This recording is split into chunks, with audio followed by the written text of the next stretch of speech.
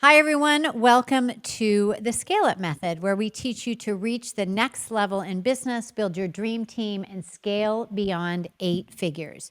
Too many business owners are stuck trying to do everything themselves, and their businesses are suffering as a result. And I don't want you to be one of those people.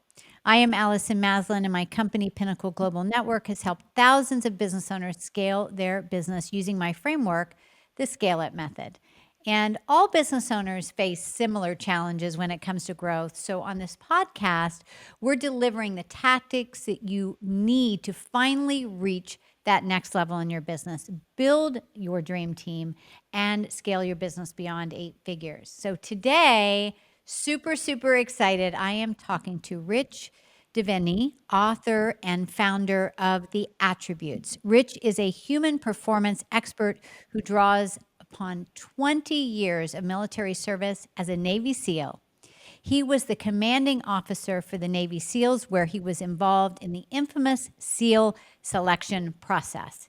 He learned the ins and outs about picking the top candidates for one of the world's most prestigious military groups in the world. And in 2021, he released his best-selling book, The Attributes, which outlines how to take hold of your attributes to maximize your success.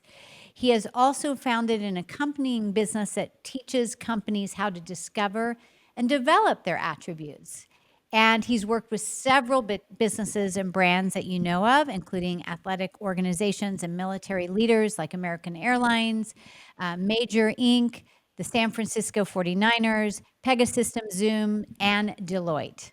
So I wanted to bring Rich on the show because his work as a Navy SEAL has taught him valuable lessons, as you can imagine, about maintaining control in unpredictable situations. And as business leaders who are trying to scale, we have to stay focused on our goals, even when the plans go sideways, like has happened over the last couple of years for all of us. So, Rich's book, The Attributes, discusses how to reach optimal performance by exercising our natural attributes. Getting in touch with your attributes can help you take control in stressful situations. So, excited to have you on the show. Rich, welcome to the SCALEit Method. Yes, thank you, Allison. It's a pleasure to be here. So thanks for having me. Yeah, I mean, in preparing for this podcast today and learning all about you, I was just so excited to have you on and everything that you've been through. It's just it's so incredibly inspiring. Now, when did you decide you wanted to become a Navy SEAL? Can you give us a little bit of the abbreviated version of how you went down this road? Yes, it was back in the early '90s. But I grew up wanting to be a Navy pilot, and I mean, since I was 6 years old, my brother and I were bent on that, and that's where our focus was. It was right after the first Gulf War that I read an article in Newsweek magazine about special operations, and the SEALs was highlighted. The SEALs were highlighted as one of those, and I said, man, it was the first time I found out about them, and I was like, man, these guys seem pretty cool. And found my way to Purdue University in a Navy RTC program. Still was kind of deciding, should I be a pilot, should I be a SEAL? Ultimately, I said to myself, I knew I could be a Navy pilot, but I didn't want to be a pilot and look over at the Navy SEALs and wonder if I could do that. So I decided to go Navy SEALs, and fortunately it worked out. I went to SEAL training in 1996 and made it through, which is good, and Remarkable. began a career that lasted just under 21 years, and I retired in 2017. That's incredible. So, besides the fact that you ended up becoming a Navy SEAL, how did that training change you as a person in any way? Just going through that, because I hear it's Yeah, grueling. yeah, it's a great question. I've been asked that before, and I'm not sure if the answer is that the training changes us.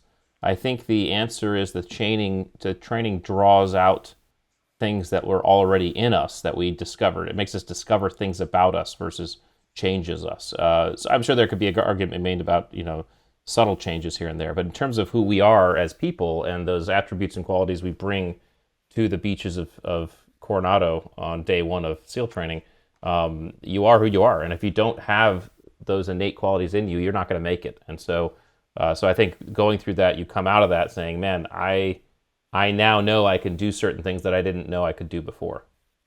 Yeah, I love that. And that makes so much sense because, oftentimes, there's that saying, we don't know what we're capable of until you know, until life presents us with the opportunity where we can prove that to ourselves.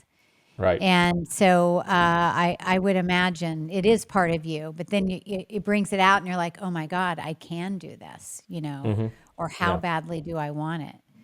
Yeah. So, Yeah. And so it brings it out. What I kind of, the way I describe it is it brings out these qualities and some of these attributes that I call in the book, they're dormant attributes. You don't know you have them until you're put into a situation that draws them out. And I always say, if anybody has any story in their lives that ends with the statement, "I didn't know I had it in me," that's probably a story of a dormant attribute coming to the fore that they didn't know they had. But training brings it out of you, and then your time in the SEAL teams just hyper develops those things because you're constantly drawing upon those attributes in what you're doing, especially when you get to combat.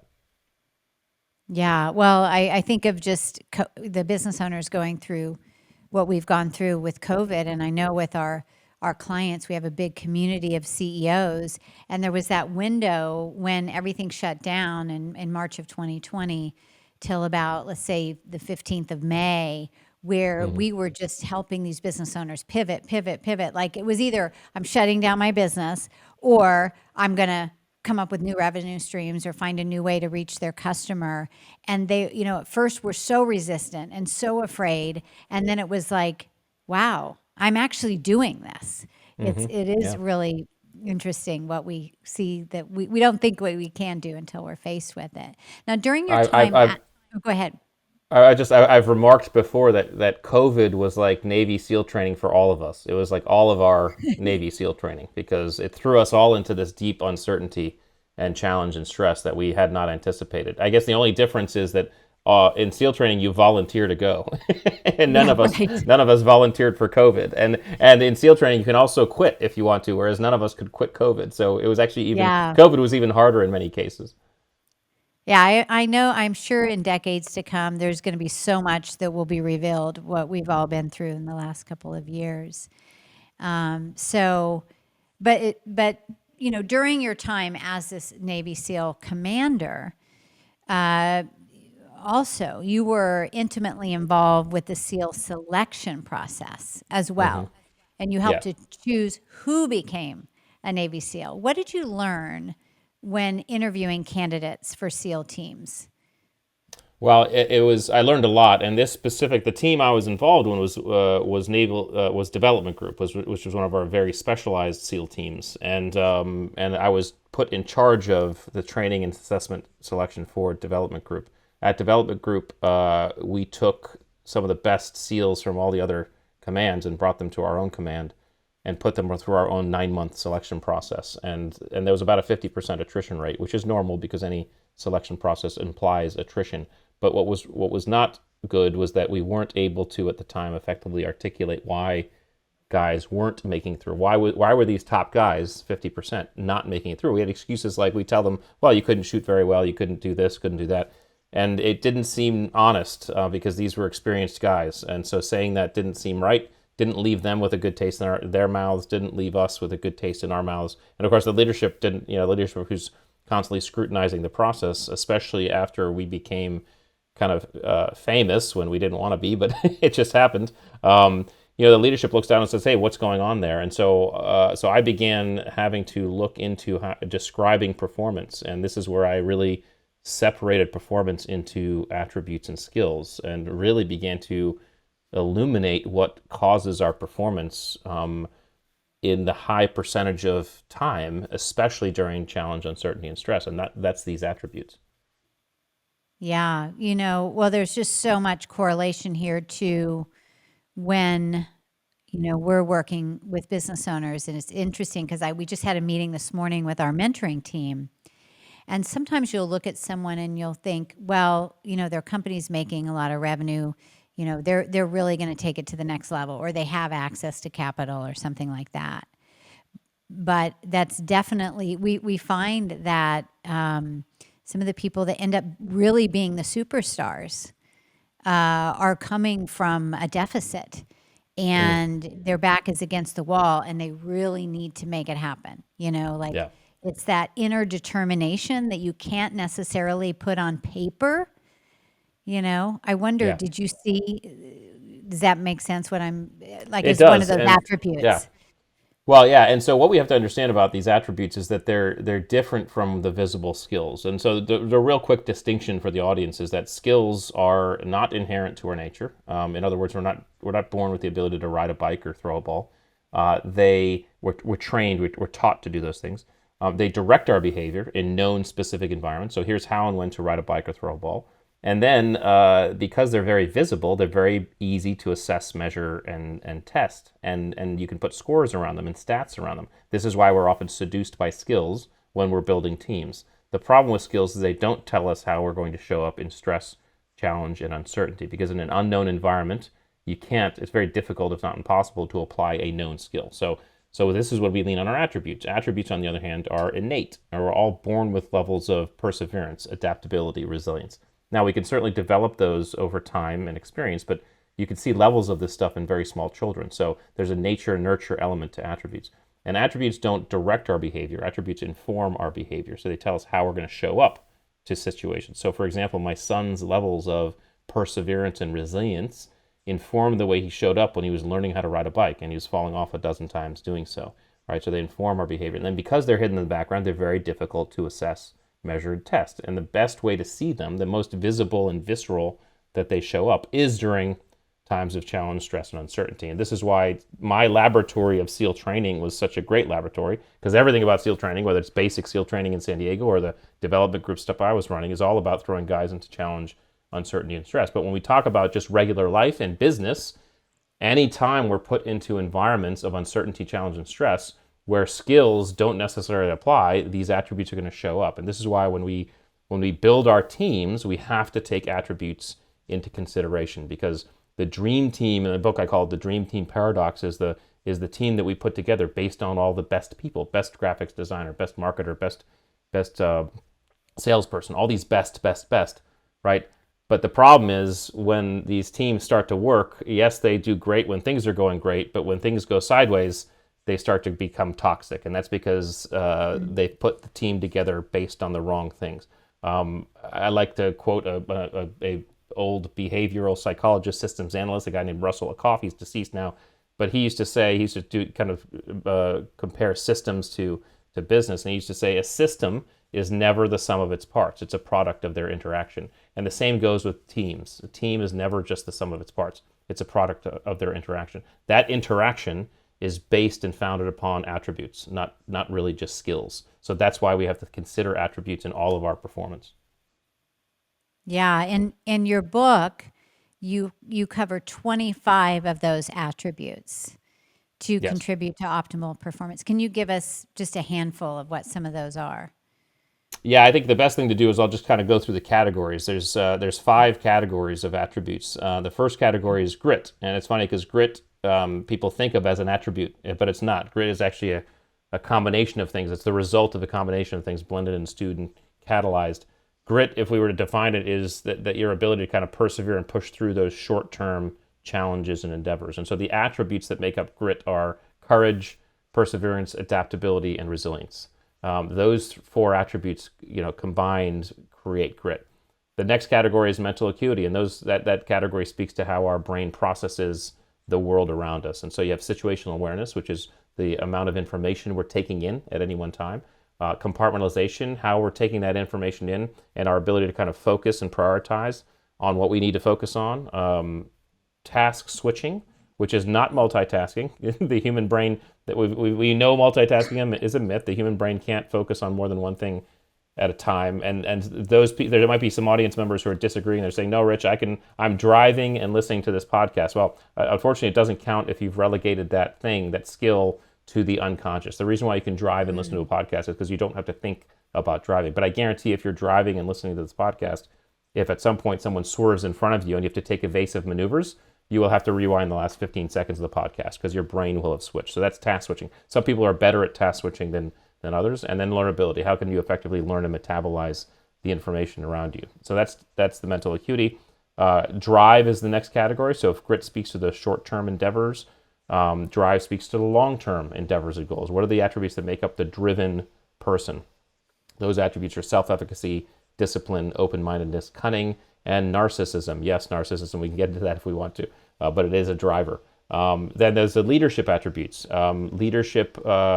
What we have to understand about leadership is that leadership is a noun, is a verb, not a noun. It's a behavior, not a position. Okay. And the thing about leadership is, and I kind of joke, you don't get to self-designate. You don't get to call yourself a leader. That'd be like calling yourself good-looking or funny. Other people decide whether or not you are someone they want to follow, and they decide that based on whether or not, based on the way you behave. And these behaviors stem from these attributes. These attributes are empathy, selflessness, decisiveness, authenticity, and accountability. When you behave that way, people say, that is someone I want to follow. And by the way, so all of us have probably had this example in our lives with leaders. There's the person who has the hierarchical position above us, and we say to ourselves, I wouldn't follow that person anywhere. And then this person over at the water cooler who has no hierarchical position whatsoever, and we're like, I'd follow that person to hell and back. Okay, it's because of the way they behave. So these behaviors are what we use to say this person is someone I follow. So difference between being in charge, which is a position, and being a leader, which is behavior. And then the team ability attributes. What are the attributes that that cause someone to be designated a great teammate? Because again, you can't designate yourself a great teammate. Your teammates do that, right? And it's based on these behaviors which stem from these attributes. Those attributes are integrity, conscientiousness, humility, and humor. And so those are the 22. There are 3 more I talk about in another chapter called the others. We can get into those if we want to. They're a little bit more in depth, but those are the basic categories of attributes. Wow, I love that. This is extremely powerful, and it's true. I do feel like a lot of times companies are looking just for the skills, which obviously are important, but this is on a deeper level, which is going to create company culture, connection, respect. Yeah. Well, I also add this. So one of the things I discovered, skills, I mean, we were seduced by skills because they're so in our face.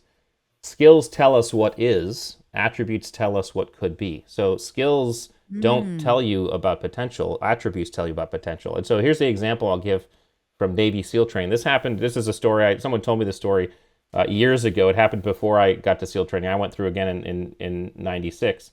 And the first thing you had to do when you showed up was jump in the pool and swim 50 meters. And so the story goes that this kid shows up, it's his turn to swim. He jumps into the pool, and when he jumps in, he sinks right to the bottom. And he starts walking across the bottom of the pool to one side, and then he walks across the bottom of the pool to the other side, back to the other side. And he comes up and he's gasping for air, nearly drowning. The instructor looks at him and says, "What the hell are you doing?" And the kid looks at the instructor and says, "I'm sorry, instructor, I don't know how to swim." And the instructor pauses for a second and looks at him and says, "That's okay, we can teach you how to swim." And the reason why he said that is because the instructor knew if this kid had the attributes to show up to SEAL training, or the balls, I guess, to show up to SEAL training, without knowing how to swim, he had every attribute we needed. Teaching the skill was the easy part. We could always teach the skills, right? So attributes also underpin skills development. And so there's obviously, depending on the role and position, certain skills that are necessary. I don't want to downplay skills totally. But if we're talking about potential, we all know, we've all seen people, these dark horses who, they may not be the best skill-wise, but they are the person we want. And even when I was running training or going through training, there were guys who were the lowest ranking dudes in terms of their ability to shoot, right? And those same guys ended up being the top dudes at the SEAL team, because when it came to actually doing the job, they could learn fast, they knew what they had the attributes. Had we gotten rid of them because of their ability to shoot, we'd have lost out on some of the top individuals. And that's what we have to understand, especially as business owners, business people building teams. Yeah, and I see that all of the time. I see that on my own team. We have over 50 employees on our team, and then also just within our community of business owners. You see that. And here, this guy that you're talking about, I mean, what did he exhibited? Drive, willingness to take a risk, right? Yep. Like, oh, I could die, but Yeah. willing to do it anyway. Courage, self-efficacy, perseverance, Holy cow, yeah. open-minded. I mean, you name the attribute, he had all of them. So Yeah. Wow. That's so impressive. But I totally get what you're talking about. And then creativity too, right? I just wanted to touch on that because it's amazing when we don't know how to do something that when you are willing, like if you think quickly and come up with a solution, Yeah. that's Yeah. So, interesting too. and I didn't talk about creativity in the book. There's obviously more than 25 attributes. I only talked about 25. I used cunning as the one I talked about because cunning and creativity are a little bit different. And now both are applicable and both might apply differently to different teams. Cunning really comes into play. Creativity is the ability to kind of really think up new things. It's a little bit more passive than cunning. Cunning is the ability to really solve problems in a creative way. Cunning involves problem solving, and the cunning mind. And I would say actually, if there's one attribute that pretty much every Navy SEAL has, it's cunning, and that's apropos because as special operations you're supposed to be thinking outside the box. But the cunning mind looks at a problem and says, okay, what are the rules and conditions that surround this problem? And are they real or are they imagined? Are they perceived? And if they're real, what happens if I break them? And then begins to start to think of ways around and out really outside the box. And so cunning and creativity are a little bit different. And when we do the work with companies, when we go into business and do this work, we help them distinguish. Okay, what are the attributes you're actually looking for? Some businesses, some teams, and again, the attributes that make up a Navy SEAL team is going to look different than the list of attributes that make up a sales team or a surgical team. So we help businesses go and find that list. And some teams might be like, no, creativity is what we're looking for. And other teams might be like, no, cunning is what we're looking for, right? So you just have to do that analysis and make those distinctions and determinations based on the subjectivity of your team. Well, I might be really dating myself, but when I think of cunning in that way that you've described, it's like the MacGyver, Yes, It's like, coming up with absolutely. this Yeah. out of the box solution. We call my husband, that's his role in our company too, because it doesn't necessarily have a title, but he's always coming up with these, out of the box solutions for things that, Yeah. that you wouldn't normally think of.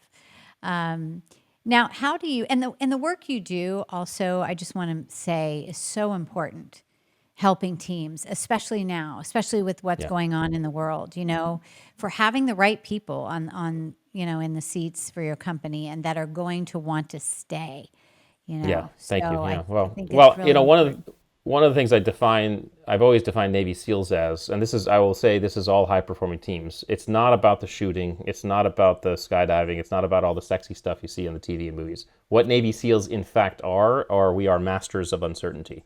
And that's what high performing teams are. They're masters of uncertainty. And what does that mean? That means that it's a team that not only does well when things are going well, but also can perform when things are going sideways, when things go off the wall. To be a team that are masters of uncertainty, you have to focus on some of these. There are certain things you have to do to create a team like that. A part of that, one of those things, is you have to start looking at attributes. That's the way you do it. Yeah, and there's so much change happening Yeah. within companies, and so people have to be willing, they have to have that flexibility to shift quickly, Yes. as they're Yes. reinventing themselves. And some people, that's just really painful. Now, you've had 13 overseas deployments, 11 which were to Iraq and Afghanistan. So you've obviously been in some very uncertain terrain. How do you maintain optimal performance in an unpredictable or even chaotic situation, scary situation like the missions you went on while you're Yeah. deployed? Well, so first I want to, for your audience, define optimal performance because a lot of people are stuck, and when they think of high performing teams, they think of peak performance and peak this, peak that. You Navy SEALs are the peak, the most or the highest peaking performing teams or whatever. Optimal performance is something different because peak is just an apex, and there's only one place you can go from an apex. And so what optimal performance is the ability to do your best. Even when things are, let me start over. It's basically I'm going to do my best in the moment, whatever the best looks like in that moment. Okay, so sometimes my best looks like peak, and everything's cool and clicking, and it's flow states and everything. But sometimes my best is I'm just head down and I'm nugging it out. I'm going step by step, because that's all I have right now, and that's all I can give. That is still performing optimally. So optimal performance allows us to do a couple things. First of all, it allows us to pat ourselves on the back when it is tough, when we are nugging it out, because sometimes that's the way it is. Sometimes those missions, sometimes that sales meeting, sometimes that business adventure is just ruthless, and it is backbreaking, and it's just, you have to just go step by step. That is performing optimally. The Yep. other thing that optimal performance or performing optimally allows you to do is think about proper energy management, which is something you have to do, and something we did in the arduous situations. Proper energy management means I don't need to be peak when I'm driving to the grocery store. Okay, I can be actually taking a break.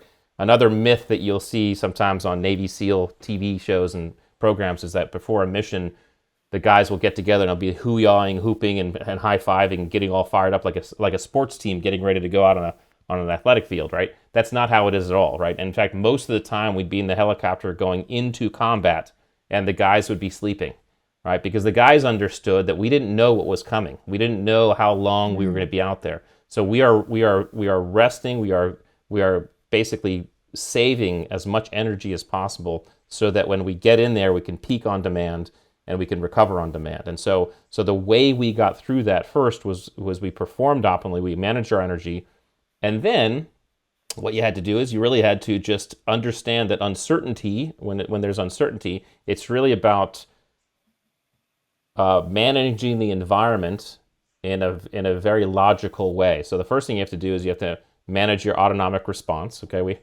we're in uncertainty, so uncertainty and anxiety create fear. When we're fearful, our autonomic response goes up. We start getting that amygdala tickled. Our frontal lobe begins to start to go offline. We start to reach amygdala hijack.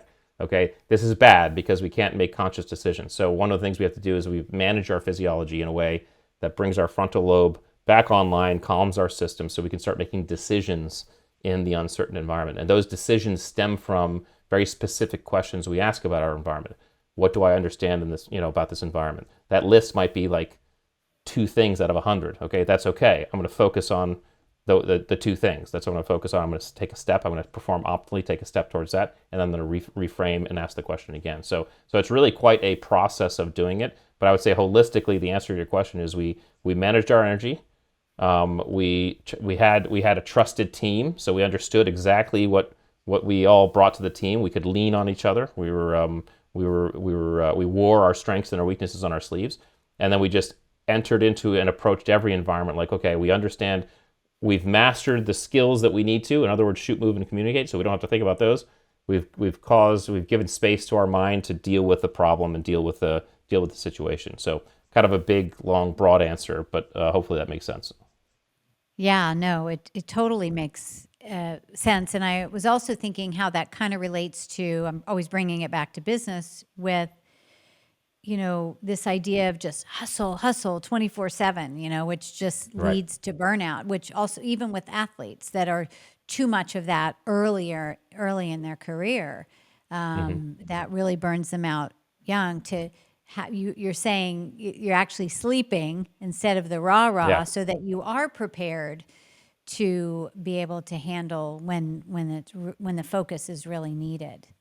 Yeah. Well, and I'll give you one more concept here. The way that we define teams, I would say the way high-performing teams, SEAL teams or otherwise, actually task organize, and it's a concept called dynamic subordination. Dynamic subordination is a task organization structure that throws away the pyramid, the hierarchical pyramid. It throws away the flat model, and it throws away the upside down pyramid. All those task org structures that we see when we Google task org. Okay. What dynamic subordination is a team understands that problems and challenges and issues can come from any angle at any moment. And when one does, the person who is closest to that problem and the most capable immediately steps up and takes charge, and everybody follows. And then the environment shifts again and someone else steps up. It's a dynamic swap between leader and follower. I also call it alpha swapping. The alpha position swaps, right? This is in fact how you can effectively manage a team through uncertainty and chaos, because what happens is, as someone steps up, someone can then recede and take a break, take a breather. This is the great example is the flock of geese flying flying south for the winter, right? That lead in the V formation, right? That lead goose in the V formation is taking about 70% of the wind resistance. They're taking the brunt of the wind resistance. But that lead goose doesn't stay in that position for the whole time. That lead goose stays in the position for maybe 5 or 10 minutes and then swaps out, goes to the back. Someone else, another bird takes the position, and that bird rests in the back, right? Dynamic subordination, that type of task organization, allows for recovery in the moment because you can step up, you can do your thing, you can support, and then you can step back. This is how the best teams operate through uncertainty and chaos on the long term, because you're constantly applying recovery and peak at the same moment, and you're trusting each other to go in and do their job. And they're all on board together, right? And they're Working all on board towards together. that Right. common vision instead of saying, well, this is my role and I'm not going to step outside of the lines. And yeah, they're totally. I usually use a very simple civilian example to kind of bring home this concept, and we can kind of think of the commercial airliner. None of us will debate that the captain of that airplane is in charge. That is the person in charge. No one debates that. However, if the captain is taxiing out to takeoff and gets a call from the maintenance guy, and the maintenance guy says, "Hey, I found a problem with your aircraft. You need to turn around." No captain worth their wings is going to ignore that. They're immediately going to subordinate to that maintenance person and turn the plane around. So they turn the plane around, they go back to the gate, they recognize, okay, we have to get all the passengers off so we can fix this thing. Captain doesn't take charge of that either. Now the flight attendant steps up and takes charge and manages that. So this is it's a kind of a simple way to think about dynamic subordination where everybody comes in. It's not about your rank, it's about your role. It's about what you have to contribute to the team and then where you can support others who are contributing what they have to contribute. That's how the best teams operate. And to do that, you need trust. You need to wear your strengths and weaknesses on your sleeve, i.e. my attributes and my skills. What are the attributes I have? What are the skills I have? Everybody sees them and everybody knows them, and we start leaning and flexing with each other in any environment. That is really what builds masters of uncertainty and the highest performing teams. Wow, I love this. I love this. My brain is going here, and thinking about how this all applies so much to our company and also to the clients that we work with. Now, you often speak on the importance of taking control during uncontrollable situations. You say that identifying what we can control helps us navigate these unpredictable situations. What's the danger in trying to control too many factors of your environment? And I'm specifically thinking of a CEO who can't let go of control and is trying to do everything themselves, which is so common by millions and millions of business owners out there, and why they're so buried in their business. How do you know when they're exhibiting the right amount of control versus being overly controlling? Yeah, so the answer to that second part is a tough one. It'll probably be a subjective one, but I'll answer the first part, and hopefully the listeners can figure it out for themselves. Okay. But one of the reasons why too much control is bad is simply because of the task switching attribute. We cannot focus on more than one thing at a time, and so if we have 1,000 things on our plate, or if we're trying to take control of 1,000 things, we're going to do all of them poorly. And science has shown that we actually get worse in our performance as we go. So the longer we do that, the worse we get, right? So that should be incentive for any CEO or leader to say, well, I should probably clean my plate a little bit and delegate. So that's why delegation is so important. But the other thing about control is that because of the idea of us focusing and our ability to focus, it's in an unknown and an uncertain environment. You have to basically map out, depending on how dangerous the environment is. It could be rapidly, you could have time, right? But you have to map out what are those things you actually can control and what are the things you have no control over, okay? That is a really, really important question to ask, especially as a leader in any environment, because a lot of times as leaders, we believe somehow that we have control of something that we actually, in fact, don't. And as soon as we can let go of those things we have no control over, that list of things that we can control gets a lot shorter, and we're able to prioritize that a lot faster. And so when it comes to taking control of an uncertain situation, uncertain environment, it's really about saying, okay, what about this environment can I control? That list, if answered honestly, again, without a lot of fear, is going to be maybe 1, 2, or 3 things. And then say, okay, how do I prioritize that? What's the most important thing on that? And then you move to that. And you get that done, right? You move until completion. Now, the only exception to moving to completion is that if as you're moving to completion of that one thing, the environment shifts and that thing that you're moving to complete becomes a lower priority suddenly, and then you have to shift priorities. That's the only exception. But that's kind of the nuance of doing that. A CEO, a leader, can only do that with one, two, or three things. So this is why to try to control too much, you're never going to be able to do it. You'll be overwhelmed. So you need to create a team around you. You need to seed control, delegate, right? That's also, by the way, you're building trust with your team members when you do that, by giving them control, seeding things to them, and allowing them to take control, allowing you to take control of certain things, and that's how you move much, much faster. Your speed will be vastly decreased if you try to control too much, because again, we're only human. And so I guess the first thing you have to do is let go of your ego and decide you're only human.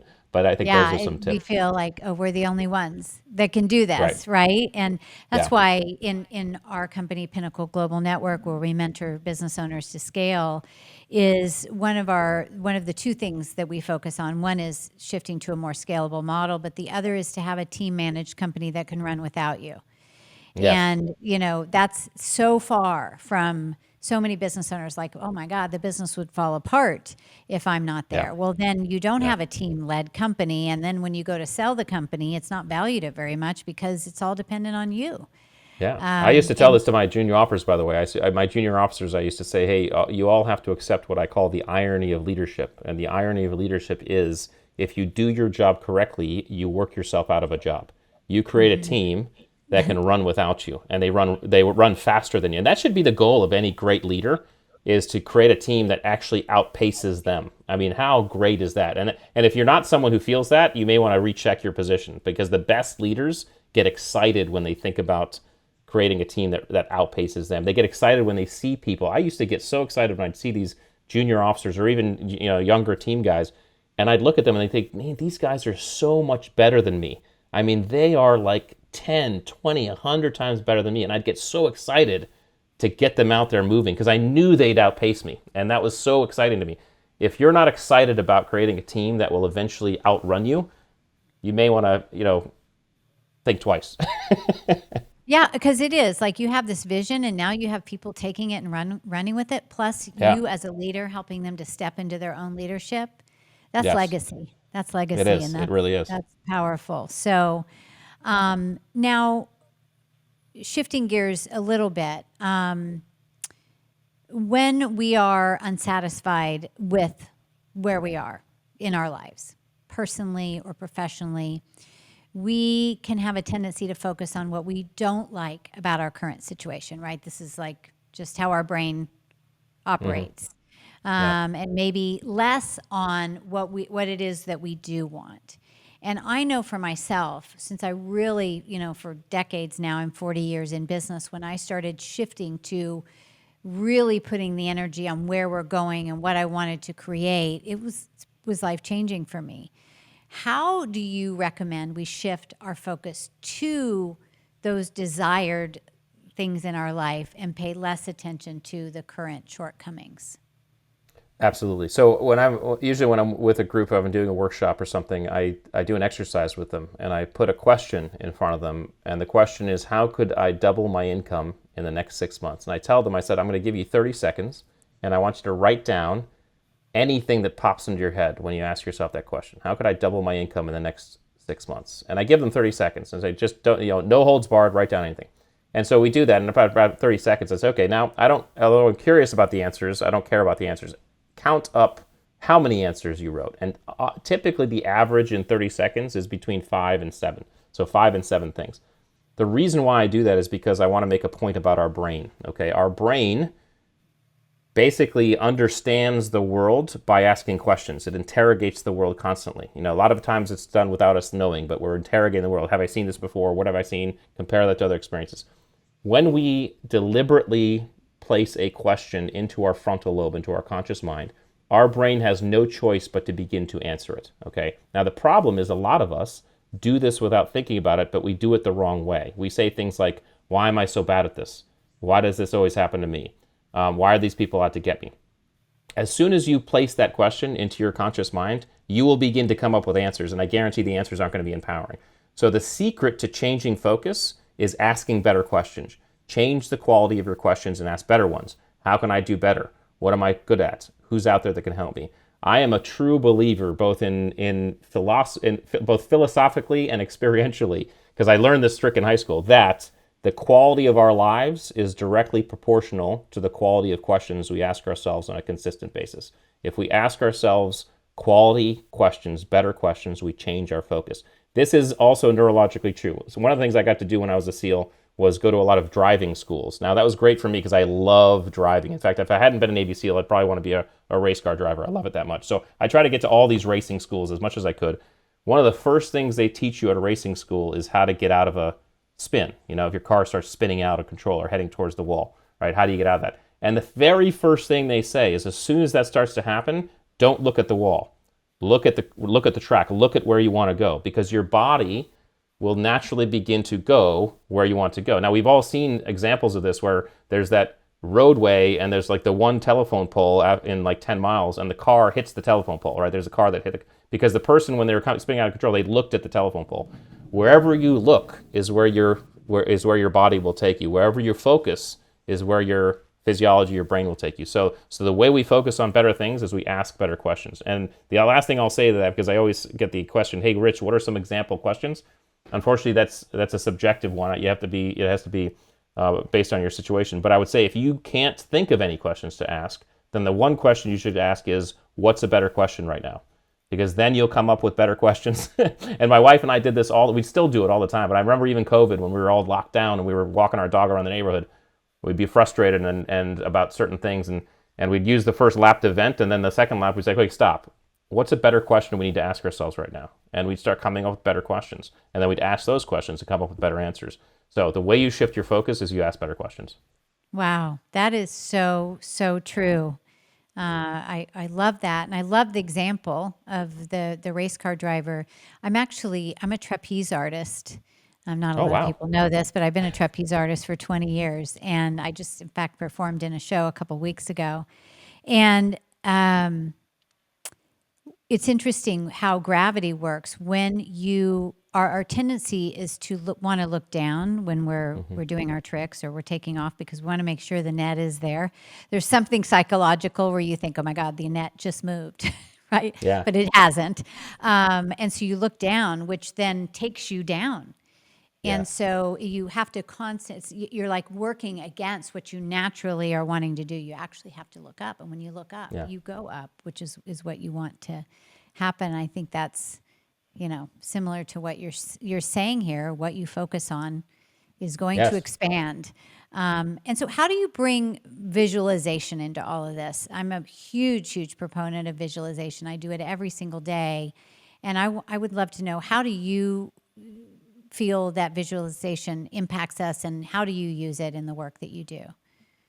Yeah, I think visualization, I'm a huge proponent of as well. And it's because, again, our brains, if we visualize properly, our brains can't tell the difference between the real experience and the visualized experience, which means we can practice and we can get repetition through visualization. I think visualization also can be enhanced by intensity of experience. So in other words, if we have a real intense experience, and we can later on visualize that in a positive way, we can actually get that. We can myelinate those neural networks even faster. And so we have to think, whenever we create a skill or do something, we connect a neural network, and then that connection begins to get myelinated, and that's how we get better and better. That process is usually through repetition, but that process can be vastly truncated if you have three factors involved. Those are novelty, intensity, and focus. So novelty, intensity, focus in any experience. This, by the way, is the difference between being told a stove is hot and touching a hot stove, right? Touching a hot stove, you have novelty, intensity, and focus, right? So in anything that we're visualizing, if we can add in some novelty, intensity, and focus, it'll actually, in fact, accelerate that myelination process. The key is to pay attention, to really visualize to the best of one's ability. Try to really feel and get into that visualization. So it's not just a daydream; it's really a visualization where you're feeling things, you're generating the neurobiology. But I absolutely believe in it as a tool. It's actually, I mean, it's not even just you and I believing it; it's scientifically proven that it actually works. So to the extent that you can visualize techniques, a lot of training of skills can be done through visualization. Uncertainty Yeah. is a little bit tougher to visualize because you Yes. don't have because uncertainty by its nature it's unexpected, and so it's hard to visualize the unexpected. That might be even impossible to do. So, but what you can do is you can visualize techniques in calming yourself and asking better questions and being present. I think you could visualize those or feel those, or even if you do a visualizing process or visualization process where you are bringing yourself to a calmer state, that's something you can then implement during stress, challenge, and uncertainty. So one of your techniques could be when you enter into an environment that's really uncertain, call back those feelings of what you practiced in your visualization. Those tools can affect your physiology and help you think faster. Yeah. Gosh, I love it. It's true because I think sometimes very serious business owners feel like, ah, this is, woo woo and all that kind of stuff. And it's not, it's actually science. And Yeah. so thank you for sharing that. This has been really extremely enlightening and powerful, Rich. And so a couple things. First of all, uh, how do people learn more about you and, learn more about the work that you do? Yeah, thank you. So the best place is our website, theattributes.com. You can go there. You can see you can see the book, but you can also work with us. You can fill out a form and see if you want to work with us. We do a lot of work with businesses to help them discover attributes. We do workshops to dive into the content. So there's forms you can fill out, and we'll get back to you if you fill out one of those forms pretty rapidly. And then there you can also find some blog posts. You can find out we have a free assessment tool on the website where you can take you can figure out where you stand on some of these attributes, the grit ones, the mental acuity ones, and the drive ones. And then social media. I'm on social media, so the handles are there on the website too. But Instagram, Facebook, LinkedIn, and you can connect with us or me on any of those platforms, and we'd be happy to have a conversation. So Awesome. And so you said theattributes.com. Is that correct? theattributes.com. Yes. Yeah. Okay, All one great. word. Yeah. No All spaces. one Yeah. word. Awesome. And so as we wrap up, is there anything else that you want to share with our listeners today that we haven't covered? Well, we covered so much, so thank you for the great conversation. I would just encourage all of the listeners to explore their attributes, and one of the specific attributes is the first one I talk about. In fact, on the website you can read that chapter in the book.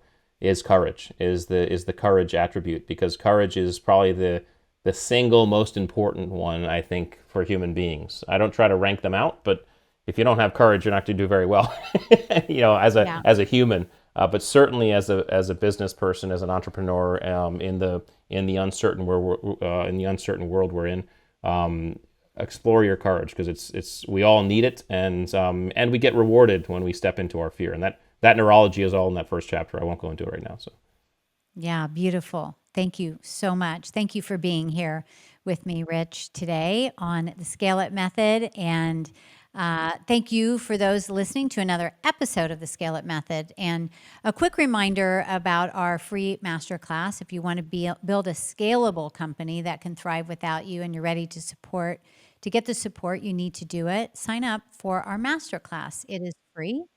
And during that time, I will teach you the 5 critical phases you must know in order to scale to 8 figures and beyond. So you just head over to scalemasterclass.com/podcast to secure your seat. And I will see you there. Looking forward to seeing you on the next episode of the Scale Up Method. Thanks, Rich. And bye, thank everybody. you.